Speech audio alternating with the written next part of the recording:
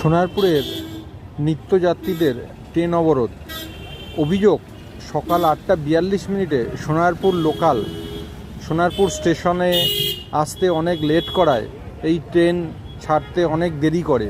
সেই জন্যেই যাত্রীরা প্রচণ্ড উত্ত্যক্ত হয়ে যায় এবং নিত্যযাত্রীরা অভিযোগ করেন যে প্রত্যেক দিনের এই রুটিন, যে সোনারপুর লোকাল দেরি করে ঢুকছে এবং তারপরেই রেল কর্তৃপক্ষ এই লোকাল ক্যান্সেল করে। এর জন্যে প্রচুর মানুষ ওই সময়ে, যারা সোনারপুর থেকে শিয়ালদার উদ্দেশ্যে রওনা দেন, তারা কলেজ, স্কুল এবং অফিসে যেতে তাদের লেট হয়ে যায়।